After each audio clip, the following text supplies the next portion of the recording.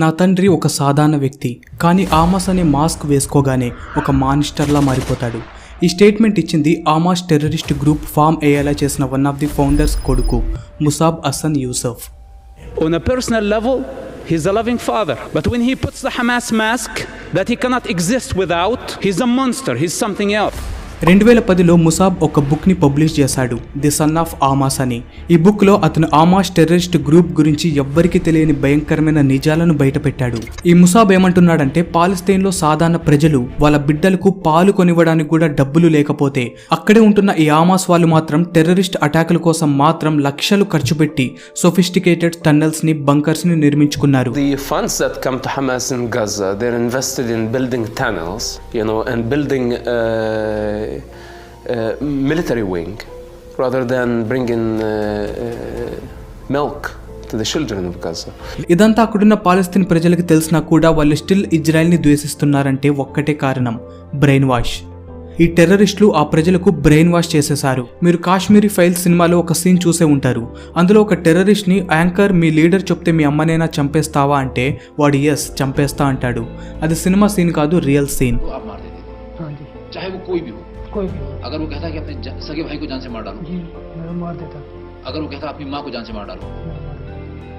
యూట్యూబ్లో ఆ ఇంటర్వ్యూ కూడా ఉంది, మీరు కూడా చెక్ చేయండి. అదేవిధంగా ఈ ఆమాస్ టెర్రరిస్ట్ గ్రూప్ వాళ్ళు పాలస్తీన్ ప్రజల్ని ఎంతలా బ్రెయిన్ వాష్ చేశారంటే, ఒక పాలస్తీన్ మహిళ వాళ్ళ చిన్న చిన్న పిల్లలకు తనే సొంతంగా సూసైడ్ బాంబింగ్ జాకెట్ వేసి, ఇజ్రాయెల్ వాళ్ళు మన శత్రువులు, ఆ జనం దగ్గరికి వెళ్ళి మీకు మీరు బాంబ్ పేల్చుకొని చనిపోవాలని చెప్తున్నారు.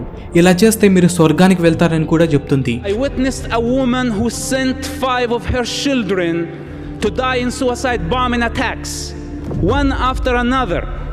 She would put this explosive belt on them and bless them and say, go kill the Jews. కన్నతల్లే చిన్న చిన్న పిల్లలకి ఇలా చేస్తుందంటే ఏ రేంజ్లో బ్రెయిన్ వాష్ జరుగుతుందో మీరే ఇమాజిన్ చేసుకోండి. ఇవే కాదు, ఇలాంటి ఎన్నో భయంకరమైన నిజాలు ముసాబ్ తన బుక్లో రాశాడు. ఆ చీకటి కోణాలు చాలా వరకు సాధారణ ప్రజలకు తెలియవు. ఇప్పట్లో చూసుకుంటే అన్ని మీడియాలలో ఇజ్రాయెల్ వాళ్ళు గాజా మీద వేస్తున్న బాంబుల గురించి తెగ చర్చ జరుగుతుంది. కానీ ఈ ముసాబ్ రాసిన బుక్ వల్ల అసలైన నిజాలు బయటకొచ్చాయి. అదేంటంటే ఈ ఆమాస్ గ్రూప్ వాళ్ళకి వాళ్ళ ప్రజలు చనిపోవడమే వాళ్ళకి కావాలి అని. సో అప్పుడే అది ఇజ్రాయెల్ ఆమాస్ ఫైట్లా కాకుండా ఇజ్రాయెల్ పాలస్తీన్ ఫైట్లా పోర్ట్రే చేయొచ్చు. అందువల్ల ప్రపంచవ్యాప్తంగా సింపతి వస్తుంది. దాంతోపాటు ప్రపంచంలో ఉన్న ముస్లిం సెంటిమెంట్స్ మీద పడి వాళ్ళ సపోర్ట్ కూడా వస్తుంది. ఆమాస్ వాళ్ళకి బాగా తెలుసు వీళ్ళు టెర్రరిస్ట్ అటాకులు చేస్తే ఇజ్రాయెల్ ఖచ్చితంగా తిరిగి దాడి చేస్తుంది అని. అందువల్ల పాలస్తీన్ సాధారణ ప్రజలు, పిల్లలు చనిపోతారు. ఆమాస్ వాళ్ళకి కావాల్సింది కూడా అదే. ఎందుకంటే అలా వాళ్ళు చనిపోతే ఈ ఆమాస్ గ్రూప్ వాళ్ళు వేరే దేశాలను, ఇంకా ముస్లిం కంట్రీస్ నుంచి డొనేషన్స్ అడుక్కోవచ్చు. దానివల్ల కోట్ల రూపాయలు డొనేషన్స్ రూపంలో వస్తాయి. అప్పుడు ఆ డబ్బును అడుక్కుంది పాలస్తీన్ ప్రజల కోసం అయినా కూడా ఖర్చు మాత్రం వాళ్ళ టెర్రరిస్ట్ ఆర్గనైజేషన్ కోసం పెడతారు. పాలస్తీన్ ప్రజల కోసం ఒక్క రూపాయి కూడా ఖర్చు పెట్టరు. కాబట్టి సాధారణ ప్రజలు, పిల్లలు ఖచ్చితంగా చావాలి. ఇదంతా నేను చెప్పట్లేదు, ఈ టెర్రరిస్ట్ ఆర్గనైజేషన్ పుట్టడానికి వన్ ఆఫ్ ది ఫౌండర్స్ కొడుకైన ముసాబ్ చెప్పింది. ఒకప్పుడు అదే టెర్రరిస్ట్ ఆర్గనైజేషన్లో ఉండి ఆ తర్వాత టెర్రరిస్ట్ ఆర్గనైజేషన్ నుంచి బయటకు వచ్చి ఇప్పుడు నేను చెప్పిన విషయాలన్నీ వాటికి సంబంధించిన ప్రూఫ్స్తో, స్టోరీస్తో పిన్ టు పిన్ ఈ సన్ ఆఫ్ ఆమాస్ అనే బుక్లో రాశాడు. సో ఈ వీడియోలో ఆమాస్ టెర్రరిస్ట్ గ్రూప్కి సంబంధించిన వ్యక్తి ఆమాస్ టెర్రరిస్ట్ ఆర్గనైజేషన్ గురించి చెప్పిన క్రూరమైన చీకటి నిజాల గురించి చెప్పబోతున్నాను. వీడియో స్టార్ట్ చేసే ముందు నేను already Israel versus Palestine fight గురించి డీటెయిల్డ్గా మీకు అర్థమయ్యే విధంగా చెప్పడానికి ట్రై చేశాను. కాబట్టి ఈ వీడియో చూసే ముందు ఆ వీడియో చూసి రండి, సో దట్ మీకు ఇంకా బాగా అర్థమవుతుంది. లింక్ డిస్క్రిప్షన్లో ఇచ్చాను. సో నేను మీ decor, welcome back to our channel. ముందుగా ఈ ముసాబ్ అనే వ్యక్తి గురించి తెలుసుకుందాం. అసలు ఎవరి ముసాబ్? టెర్రరిస్ట్ గ్రూప్లో ఉన్న ఈ వ్యక్తి అదే టెర్రరిస్ట్ గ్రూప్కి ఇప్పుడు అగైనెస్ట్గా, అంటే వ్యతిరేకంగా ఎందుకు ఉంటున్నాడు? ఈ వ్యక్తికి సంబంధించిన ఈ ముసాబ్ ఫ్యామిలీ పాలస్తీన్లోనే అందరూ గౌరవించబడే ఒక రెస్పెక్టెడ్ ఫ్యామిలీ. ఎందుకంటే వీళ్ళ నాన్న అలాగే తాత కూడా మతపరమైన ఇన్ఫ్లుయెన్సర్లుగా ఉండేవాళ్ళు. ఇతను వాళ్ళ నాన్న ఇంకా తాతయ్య గురించి బుక్లో ఏమన్నాడంటే, మా నాన్న తాతయ్యకు కేవలం పాలస్తీన్ ముస్లింసే కాదు, ప్రపంచంలో ఉన్న చాలా మంది ముస్లింలు చాలా గౌరవించేవారు అని చెప్పాడు. ఇంత గౌరవం ఉన్న ఫ్యామిలీలో ముసాబ్ 1978న జన్మించడం జరిగింది. వీళ్ళు మొత్తం 9 మంది అన్న తమ్ముళ్ళు. ఇందులో ముసాబ్ అందరికంటే చిన్నవాడు. అందుకోసమే అతన్ని లేటెస్ట్ జనరేషన్ వారసుడు అని కూడా అనేవారు. ఇదంతా చాలాసార్లు విన్న ముసాబ్ కూడా చిన్నప్పటి నుంచి హమాస్కి నేను ఒక ముజాయిద్ అవ్వాలి అని చాలా కలలు కనేవాడు. ఇదే విషయం గురించి 2010లో తను CNN కి ఇచ్చిన ఇంటర్వ్యూలో కూడా చెప్పాడు. అప్పట్లో పాలస్తీన్లో ఉండే పిల్లలకి ఒక్కటే ధ్యాస, ముజాయిద్ అవ్వాలి అని. ఇస్లాంలో ముజాహిద్ అని ఎవరినంటారంటే ఎవరైతే ముస్లిం వ్యక్తి వాళ్ళ నమ్మకాల కోసం ఫైట్ చేస్తాడో లేదా ముస్లిం కమ్యూనిటీ కోసం ఫైట్ చేస్తాడో అతన్ని ముజాహిద్ అంటారు. ఇలా ఫైట్లు చేస్తున్నందువల్లే ఈ ముసాబ్ 9 ఏళ్ల వయసులోనే జైలుకు కూడా వెళ్ళాడు. జైలు నుంచి రిలీజ్ అయ్యాక 10 ఏళ్ల తర్వాత 18 ఏళ్ల వయసులో తిరిగి మళ్లీ జైలు పాలయ్యాడు. కానీ రెండోసారి ముసాబ్ ఇజ్రాయెల్ జైల్లో ఉన్నప్పుడు తన లైఫే మారిపోయింది. జైల్లో గడిపిన 27 నెలల్లో ఒక రాడికల్ ఇస్లామిస్ట్గా, ప్రో ఆమాస్గా, అలాగే యాంటీ ఇజ్రాయెల్గా ఉన్న ఇతను పూర్తిగా మారిపోయి ఆమాస్ టెర్రరిస్ట్ గ్రూప్కి వ్యతిరేకంగా, అలాగే ఇజ్రాయెల్ ప్రియ స్నేహితుడిలా మారిపోయాడు. అది కూడా కంప్లీట్గా ఒక యాంటీ ఆమాస్లా, అలాగే ఒక ప్రో ఇజ్రాయెల్ లాగా. I was imprisoned with Hamas. I spent about 27 months. ఎందుకంటే శాంతంగా ఇంకా డెవలప్మెంట్గా ఉంటేనే మనిషి అభివృద్ధి చెందుతాడు, కానీ ద్వేషం ఇంకా యుద్ధం వల్ల కాదు అని తెలుసుకున్నాడు. అసలు తను జైల్లో ఎలాంటి పరిస్థితులు చూశాడు, మొత్తంగా ఆమాస్ ఇంకా ఇజ్రాయెల్ గురించి తను ఆలోచించే విధానమే మారిపోయింది. అసలేం జరిగిందో ఇప్పుడు తెలుసుకుందాం. ముసాబ్ని ఇజ్రాయెల్ వాళ్ళు అరెస్ట్ చేశాక ఇజ్రాయెల్ ఇంటర్నల్ సెక్యూరిటీ ఏజెంట్ అయిన షిన్ బెట్ అతనికి ఒక ఆఫర్ ఇచ్చాడు. నువ్వు ఇజ్రాయెల్ కోసం ఒక సీక్రెట్ ఏజెంట్లా పని చేస్తావా అని అడిగాడు. నేను మొదట్లో చెప్పాను, మొసాబ్ వాళ్ళ నాన్న హమాస్ గ్రూప్ పుట్టడానికి ఒకానొక కారణం ఫౌండర్లలో ఒకడు అని. ఇజ్రాయెల్ ప్లాన్ ఏంటంటే ఈ ముసాబ్ని ఇజ్రాయెల్ సీక్రెట్ ఏజెంట్గా మార్చితే మనకు హమాస్ టెర్రరిస్ట్ గ్రూప్ గురించి ఎక్కువ ఇన్ఫర్మేషన్ తెలుసుకోవచ్చు కదా అని. ఎందుకంటే ముసాబ్ బుక్లో ఏమని ఉందంటే అరెస్ట్ చేసిన టైంలో ఇజ్రాయెల్ ఇన్వెస్టిగేషన్ టీంతో తను ఒప్పుకున్నాడు. పాలస్తీన్లోని గాజా, వెస్ట్ బ్యాంక్ ఇంకా సిరియా ఈ 3 ప్రాంతాల్లో ఉన్న టెర్రరిస్ట్ గ్రూపులకి ఇంకా వీళ్ళ నాన్నకి మధ్య జరిగే కమ్యూనికేషన్ కేవలం ముసాబ్ ద్వారానే జరుగుతుంది అని.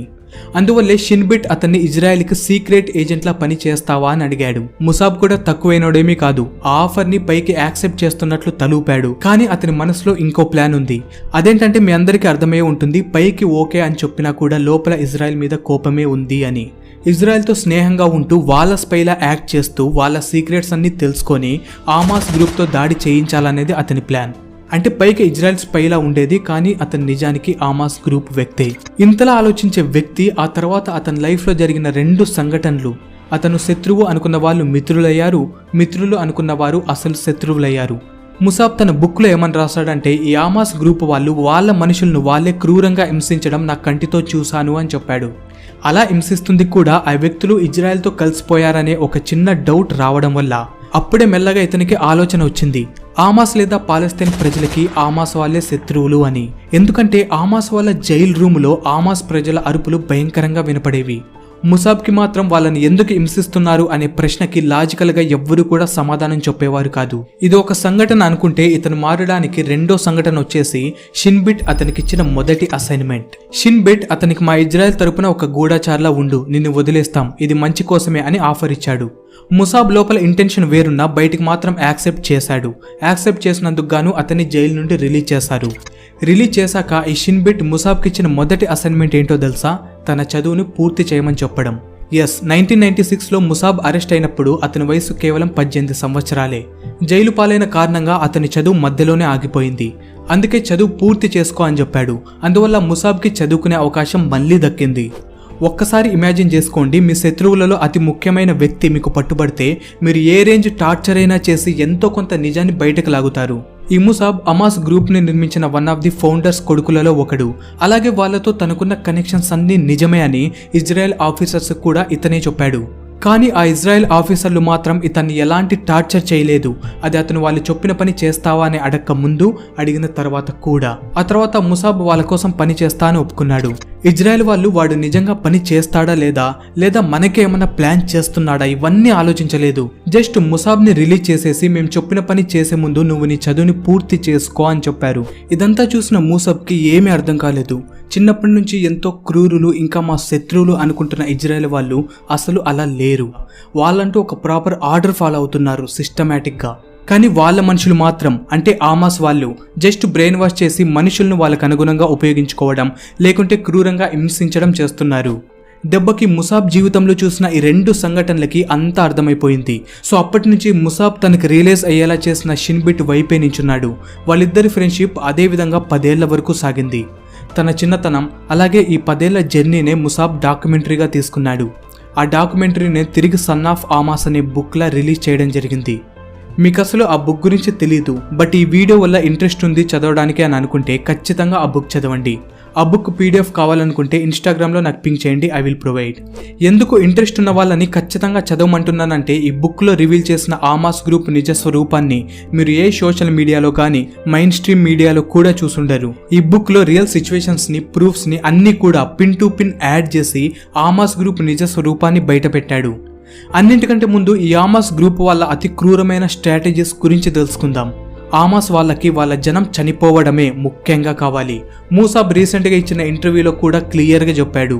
ఈ ఆమాస్ గ్రూప్ వాళ్ళు సాధారణ అమాయకపు ప్రజల్ని వాళ్ళని వాళ్ళు కాపాడుకోవడం కోసం ఒక షీల్డ్ లాగా ఉపయోగించుకుంటున్నారు అని. The civilian casualties, etc. First of all, Hamas is using, and it's very clearly, it's a fact that Hamas use civilians as human shields. Even 2014లో కూడా ఆమాస్ అఫీషియల్ స్పోక్స్ పర్సన్ షామియా బుజు అరీ కూడా ఓపెన్గా ఒప్పుకున్నాడు. అమాయకపు ప్రజల్ని ఇజ్రాయెల్ ఫైరింగ్ నుంచి తప్పించుకోవడం కోసం మేము అడ్డుగా వాడుతాము అని. అది వాళ్ళ స్ట్రాటజీలో ఒక ఇంపార్టెంట్ భాగమని కూడా చెప్పాడు. ఈ మొత్తం యుద్ధంలో ఇంపార్టెంట్ యుద్ధ స్థలమైన గాజా గురించి మాట్లాడుకుంటే ఈ ఏరియా ఎక్కువ ప్రజలు నివసించే one of the most densely populated ఏరియాగా చెప్పుకోవచ్చు. ఒకసారి చూడండి, ఇదే గాజా మ్యాప్. ఈ కేవలం 360 స్క్వేర్ కిలోమీటర్లు కలిగిన ప్రాంతంలో 20 లక్షల మంది నివసిస్తున్నారు. ఇక్కడ విషయం ఏంటంటే ఈ ఆమాస్ గ్రూప్ వాళ్ళు కావాలనే ఈ ఏరియాలలో ఆర్టిలరీలు, టన్నెల్స్, రాకెట్ లాంచర్లు ఇలాంటి మిలిటరీ ఇన్ఫ్రాస్ట్రక్చర్ని మొత్తం సిటీలోని ఇళ్ల మధ్యలో, హాస్పిటల్ మధ్యలో, ఇంకా మసీదుల మధ్యలో ఇరికించి మరీ ఉంచుకున్నారు. మీరు ఇక్కడ చూస్తున్నది రెసిడెన్షియల్ ఏరియాస్, అంటే మనలాంటి సాధారణ జనం ఉండే చోటు. అక్కడి నుంచే రాకెట్ ఫైరింగ్ అవ్వడం చూడొచ్చు. ఇప్పుడు ఆ రాకెట్ల నుంచి తప్పించుకోవడానికి ఇజ్రాయెల్ తిరిగి రాకెట్లను ఆపోజిట్ గా పంపిస్తే అక్కడున్న సాధారణ ప్రజలు చనిపోతారు. ఇవన్నీ తెలిసినా కూడా ఈ ఆమాస్ గ్రూప్ వాళ్ళు కావాలనే వాళ్ళ శిబిరాలను సిటీ మధ్యలో, ఇలా ఇళ్ల మధ్య, హాస్పిటల్ మధ్య, మసీదుల మధ్య ఉంచుకున్నారు. సో దట్ ఇజ్రాయెల్ తిరిగి అటాక్ చేయాలన్న ఆలోచిస్తుంది సాధారణ ప్రజల కోసం. ఈ ఆమాస్ గ్రూప్ వాళ్ళు సేఫ్. ఒకవేళ అటాక్ చేసినా సాధారణ ప్రజలు చనిపోవడం వల్ల వాళ్ళకి సింపతి వస్తుంది. నేను కూడా వాట్సాప్ లో కొంతమంది పెట్టే స్టేటస్లు చూస్తూ ఉంటా, ఇజ్రాయెల్ అటాక్ చేశారు, సాధారణ ప్రజలు చనిపోయారు అని. కానీ అక్కడ ఏం జరిగిందో వాళ్ళకి తెలియదు. ఈ స్టేటస్లు పెట్టేది కూడా ఓన్లీ ముస్లిమ్సే, అది కూడా కొద్ది మందే, అందరూ కాదు. బికాస్ పాలస్తీనియన్స్ ముస్లిమ్స్ కాబట్టి. మనకు అక్కడ ఏం జరిగిందో తెలియదు, స్టేటస్లు పెట్టేయడం, ఇజ్రాయెల్ని తిట్టడం, టెర్రరిస్ట్ గ్రూప్ అయిన ఆమాస్కి సింపతిగా బ్యాక్గ్రౌండ్ మ్యూజిక్ వేసి మరీ వీడియో పెట్టడం. కొద్దిగైనా ఉండాలి అలా స్టేటస్లు పెట్టే ముందు. వాడు పాలస్తీన్ ముస్లిం అయితే ఏముంది, ఇజ్రాయెల్ జీవ్స్ అయితే ఏముంది? అరే నువ్వు నిజంగా మతాన్ని అంతలా విశ్వసిస్తే నువ్వు ఈ గొడవలు ఆగిపోవాలి, జనాలు చావకూడదు అని ప్రేయర్ చేస్తావు. అంతేగాని ఈ టెర్రరిస్టులకు సపోర్ట్గా మాట్లాడుతూ అలాగే ఇజ్రాయెల్కి వ్యతిరేకంగా ఉంటూ మధ్యలో దేవుడు కూడా ఇన్వాల్వ్ అవుతాడు. సారీ దేవుడి పేరుతోనే కదా ఇవన్నీ జరిగేది, మర్చిపోయా. అరే మీకు ఒక్కటే చెప్తున్నాను, ఇస్లాం అంటే నథింగ్ బట్ ఏ పీస్. కానీ నాకు ఇక్కడ గొడవలు తప్ప పీస్ ఏమీ కనపడట్లేదు. పాయింట్లోకి వస్తే ఈ విధంగా ఆమాస్ గ్రూప్ వాళ్ళు సాధారణ ప్రజలను అలాగే అర్బన్ ఇన్ఫ్రాస్ట్రక్చర్ను ఒక షీల్డ్ లాగా లేదా ఒక కవర్ లాగా ఉపయోగించుకుంటున్నారు. 2014లో నాటో ఒక రిపోర్ట్ పబ్లిష్ చేసింది, Hamas use of human shields in Gaza అని. ఈ రిపోర్ట్లో మనం ఎన్నో ఇన్సిడెంట్స్ చూడొచ్చు. ఈ ఆమాస్ గ్రూప్ వాళ్ళు మనుషుల్ని అడ్డు పెట్టుకొని ఎలా వాళ్ళ మిలిటెంట్స్ని కాపాడుకున్నారు అని. లైక్ 2004లో అంబులెన్స్లో పేషెంట్స్ అని చెప్పి మిలిటెంట్స్ని ట్రాన్స్పోర్ట్ చేశారు. 2006లో ANB టీవీ వాళ్ళు ఇచ్చిన ఒక రిపోర్ట్ ప్రకారం ఈ ఆమాస్ గ్రూప్ వాళ్ళు బలవంతంగా సాధారణ ప్రజలను తీసుకొచ్చి వాళ్ళుండే టెర్రరిస్ట్ బిల్డింగ్ పైన అందరినీ గుంపులుగా ఉండమని చెప్పారు. ఎందుకంటే ముందు రోజు ఇజ్రాయెల్ వాళ్ళు మేము మీ టెర్రరిస్ట్ బేస్ మీద అటాక్ చేయబోతున్నామని ఎర్లీ వార్నింగ్ ఇచ్చారు. ఆ అటాక్ నుంచి తప్పించుకోవడానికి సాధారణ ప్రజలను ఒక షీల్డ్ లాగా పెట్టుకున్నారు. సో దట్ ఇజ్రాయెల్ వాళ్ళు దాడి చేయడానికి ఆలోచిస్తారు. ఈవెన్ దాడి చేసినా కూడా అమాయకపు ప్రజలు చనిపోతారు కాబట్టి ప్రపంచం మొత్తం సింపతి ఆ టెర్రరిస్టుల మీద చూపిస్తుంది. అయితే ఆ రోజు సాధారణ ప్రజలకి ఏం కాకుండా ఉండాలని ఇజ్రాయెల్ దాడిని విరమించుకుంది. ఇదొక్క సంఘటనే కాదు, ఇలాంటివి చాలా అంటే చాలా ఉన్నాయి. ఈ లిస్ట్లో మీరు చూడొచ్చు. రిపోర్ట్ చేసినవి ఇన్నుంటే రిపోర్ట్ చేయనవి ఇంకెన్ని ఉన్నాయో. ఇన్ఫాక్ట్ మీరు నెట్లో ఈ నాటో రిపోర్ట్ ని సెర్చ్ చేస్తే పూర్తి లిస్ట్ అండ్ ఇన్ఫర్మేషన్ మీ ముందుంటుంది. ఈ ఆమాస్ వాళ్ళకి బాగా తెలుసు ఇజ్రాయెల్ చేసే దాడి వల్ల జనాలు చనిపోతే ప్రపంచం మొత్తం ఇజ్రాయెల్ ని ఎత్తి చూపిస్తుంది అని. ఇంటర్నేషనల్ ప్రెజర్ అంటారు. ఇది ఎస్పెషల్లీ వెస్ట్ నుంచి ఎక్కువ ఉంటుంది. ఈ వెస్ట్ సివిలియన్ క్యాజువాలిటీ గురించి చాలా సెన్సిటివ్గా ఉంటుంది. అందువల్ల వెస్ట్ ఆమాస్ మీద చూపించే సింపతి ప్రపంచం మొత్తానికి ఇజ్రాయెల్ ఒక క్రూరమైన దేశంగా పోర్ట్రే అవుతుంది. అలాగే నేను నా లాస్ట్ వీడియోలో కూడా మెన్షన్ చేశాను, ఈ ఆమాస్ వాళ్ళే రాకెట్లు ఫైర్ చేసి వాళ్ళ ప్లేస్లో అంటే గాజాలోనే పడేటట్లు చేస్తున్నారు అని. బట్ రాకెట్లు లాంచ్ చేసింది ఇజ్రాయెల్ వాళ్ళని తప్పుడు సమాచారం చెప్తున్నారు. ఒకవేళ నిజం బయటకు వస్తే అది మిస్ఫైర్ అయింది అని చెప్తున్నారు. ఒక్కోసారి ఆధారం ఉన్నా కూడా మిస్ఫైర్ అని కూడా ఒప్పుకోవట్లేదు.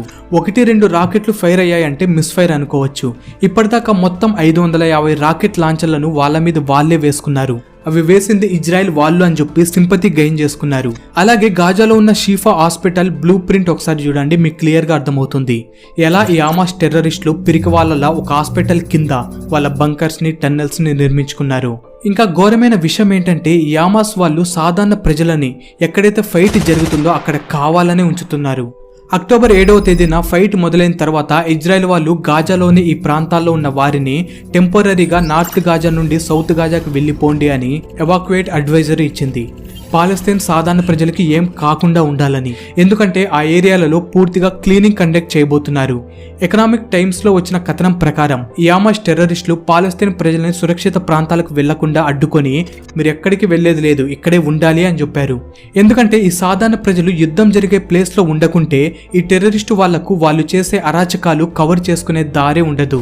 అదే సివిలియన్స్ అక్కడ ఉంటే ఇజ్రాయెల్ చేసే దాడిలో ఎంతో కొంత చేస్తారు. అప్పుడు ఈ టెర్రరిస్టులు పాలస్తీన్ కోసం పోరాడుతున్న మా మీద ఇంత క్రూరమా అని సింపతి గెయిన్ చేసుకోవచ్చు, డొనేషన్స్ అడుక్కోవచ్చు. అట్ ది ఎండ్ ప్రపంచం మొత్తం ఇజ్రాయెల్ ని ఎత్తి చూపుతుంది. దాంతోపాటు సాధారణ జనం ఉంటే ఇజ్రాయెల్కి ఆ టెర్రరిస్టులను చంపడం కష్టమైపోతుంది. కాబట్టి ఒక షీల్డ్లా అడ్డు పెట్టుకోవడానికి సాధారణ జనం ఖచ్చితంగా కావాలి. అలాగే ఇందాక చెప్పినట్లు సాధారణ జనం మీద సింపతి సాకుతో ఈ టెర్రరిస్టులు ప్రపంచం మొత్తం డొనేషన్స్ తీసుకుంటున్నారు. కానీ ఒక్క రూపాయి కూడా గాయపడ్డ ప్రజలకు గానీ పాలస్తీన్ డెవలప్మెంట్ కి గానీ ఖర్చు పెట్టరు. మొత్తం డబ్బును హమాస్ వాళ్ళు వాళ్ళ అండర్ గ్రౌండ్ టన్నెల్స్ ని, బంకర్స్ ని, అలాగే రాకెట్ లాంచర్లు, బాంబులు ఇలా వెపన్స్ కోసం ఉపయోగిస్తారు. ఒక అంచనా ప్రకారం గాజాకి డొనేషన్స్ రూపంలో ఖత్తార్, ఇరాక్ ఇంకా టర్కీ నుంచి ప్రతి సంవత్సరం $2 బిలియన్ వచ్చి పడుతున్నాయి. ఈ డబ్బు మొత్తం భూటాన్ దేశం జీడిపితో సమానం. ఇంత డబ్బు వస్తుంటే 22 లక్షల పాలస్తీన్ ప్రజలకి కేవలం 11 హాస్పిటళ్లు మాత్రమే ఉన్నాయి. ఇక్కడుండే పాలస్తీన్ ప్రజల్లో 80% మంది బిలో పావర్టీ లైన్లో బతుకుతున్నారు. ఒక్క ముక్కలో చెప్పొచ్చు, పాలస్తీన్ ప్రజల పాలిట పెద్ద శత్రువులు ఎవరైనా ఉన్నారంటే ఈ టెర్రరిస్ట్ గ్రూప్ అయిన హమాస్ వాళ్ళే. ఎన్నో ఆర్గనైజేషన్స్ లో వీళ్ళ మనుషులుంటూ డొనేషన్స్ రూపంలో వచ్చే కోట్ల డబ్బును ఈ పాలస్తీన్ ప్రజలకు ఉపయోగించుకోకుండా వాటిని డైవర్ట్ చేసి ఈ టెర్రరిస్ట్ గ్రూపులను మెయింటైన్ చేయడానికి ఉపయోగిస్తున్నారు. ఇక్కడ ఇంకో విషయం ఏంటంటే ఈ హమాస్ అనేది గాజా యొక్క గవర్నింగ్ బాడీ, అంటే మొత్తం అదే గాజా ప్రాంతానికి. కానీ ఎంత విచిత్రం అంటే గాజా మొత్తం ఈ గొడవల వల్ల నేలమటం అయిపోయి అక్కడున్న ప్రజలకి తినడానికి తిండి లేక నీళ్లు లేక చస్తుంటే ఈ హమాస్ లీడర్స్ మాత్రం మిలియన్స్ ఆఫ్ డాలర్స్ ఖర్చు పెట్టి వేరే దేశంలో తిష్ట వేస్తున్నారు. పాలస్తీన్లో ఉన్న ప్రజలకి మీకు మేమున్నాము అని చెప్పిన వీళ్ళే ఆ ప్రజలను చంపుతున్నారు. ఇజ్రాయెల్ అటాక్ చేస్తే వాళ్ళ నుంచి తప్పించుకోవడానికి ఒక షీల్డ్ లాగా జనాలను వాడుకుంటున్నారు. హ్యూమన్ బాంబులాగా బ్రెయిన్ వాష్ చేస్తున్నారు. వాళ్ళ ప్రజలను పేద స్థితి నుంచి నిరుపేద స్థితికి దిగజార్చుతున్నారు. ఇలాంటి వాళ్ళ చేతిలో గాజాలోని ప్రజలు సురక్షితంగా ఉంటారా? వాళ్ళ ప్రజలనే వాళ్ళు ఈ విధంగా ట్రీట్ చేస్తుంటే ఇంకా శత్రుదేశ ప్రజలతో ఇంకేం చేస్తారో జస్ట్ మీ ఇమాజినేషన్ గా వదిలేస్తున్నా. ఈ ముసాబ్ చెప్పిన దాని ప్రకారం ఈ హమాస్ వాళ్ళకి ఇజ్రాయెల్ నుండి పాలస్తీన్ కి ఫ్రీడమ్ రావాలి అనేది అసలైన కారణం కానే కాదు. ముసాబ్ చెప్పిన దాని ప్రకారం ఈ హమాస్ గ్రూప్ వాళ్ళది ఒక్కటే లక్ష్యం, ఇజ్రాయెల్ దేశాన్ని ప్రపంచ పటంలోనే లేకుండా చేయాలి అని. అలా ఆ ఏరియా మొత్తాన్ని కబ్జా చేసి వాళ్ళ కంట్రోల్లో ఉంచుకోవాలనేది వాళ్ళ ప్లాన్. ఈ విషయంలో ఎంతమంది అమాయకులు చచ్చినా వాళ్ళకు అనవసరం. అలాగే వీళ్ళకి పీస్ఫుల్గా కూర్చొని మాట్లాడడం కూడా వద్దు. ఖచ్చితంగా ఇజ్రాయెల్ని అంతం చేయాలి, ఆ ప్రదేశాన్ని కబ్జా చేయాలి. కానీ బుర్ర ఉండి ఆలోచించే ఏ ఒక్క పాలస్తీన్ వ్యక్తికి మాత్రం నాకు తెలిసి శాంతియుతంగా చర్చించుకోవడమే కావాలి. అక్టోబర్ 7వ తేదీన ఈ హమాస్ గ్రూప్ వాళ్ళు ఇజ్రాయెల్ మీద అటాక్ చేసి ఇంచుమించు 200 కంటే ఎక్కువ మంది అమాయకపు ఇజ్రాయెల్ ప్రజలని కిడ్నాప్ చేసుకుని గాజా తీసుకెళ్లిపోయారు. ఈ టెర్రరిస్టులు మా సాధారణ ప్రజల్ని హింసిస్తున్నారు అని మీడియా ముందుకొచ్చి మరీ ఇజ్రాయెల్ని బ్లేమ్ చేస్తున్నారు. కానీ అదే టెర్రరిస్టులు ఇజ్రాయెల్ సాధారణ ప్రజల్ని మాత్రం కిడ్నాప్ చేయొచ్చు, హింసించచ్చు. దీని గురించి ఇంకా క్లియర్ ఇన్ఫో కూడా మన ముసాబ్ బాయే చెప్పాడు. అదేంటంటే ఈ టెర్రరిస్టులను ఇజ్రాయెల్ మీదకి పంపించే ముందు గాజాలో చెప్పిన మాటలు ఏంటంటే, మీరు ఒక ఇజ్రాయెల్ వ్యక్తిని తీసుకొస్తే మీకు $10,000 డబ్బు, ఒక ఫ్లాట్ ఇస్తామని చెప్తారు. قديش المكافأة قانونكم؟ شقة منزل بيت $10,000 اللي بجيب كل أسير باخذ شقة ومنزل؟ ఎగ్జాంపుల్ గా ఒక హమాస్ టెర్రరిస్ట్ 4 ఇజ్రాయెల్ వ్యక్తుల్ని కిడ్నాప్ చేసుకుని తీసుకొస్తే అతనికి $40,000 డబ్బు, 4 ఫ్లాట్లు వస్తాయి. అక్టోబర్ 7వ తేదీ జరిగిన దాడి మెయిన్ టార్గెట్ కూడా ఈ సాధారణ ప్రజలే.